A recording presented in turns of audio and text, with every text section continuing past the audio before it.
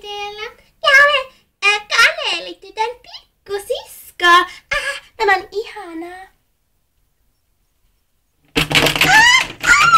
Mitä tapahtui? Hirviö hyökkäsi.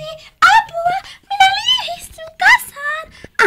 Voi ei, minä siis olen Kaneli. Mitä täällä on tapahtunut? Täytyy auttaa sinut. Yritän saada sinut ylös. Auttakaa!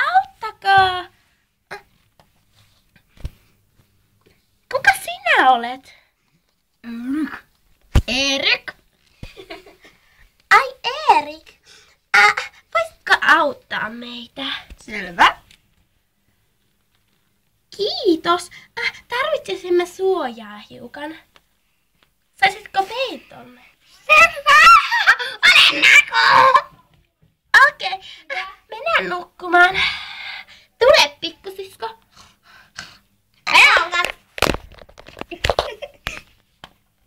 Kiitos, Erik. Hyvää yötä kaikille ja nähdään joskus. Toivottavat Kaneli ja aurinko. Ovi tulee.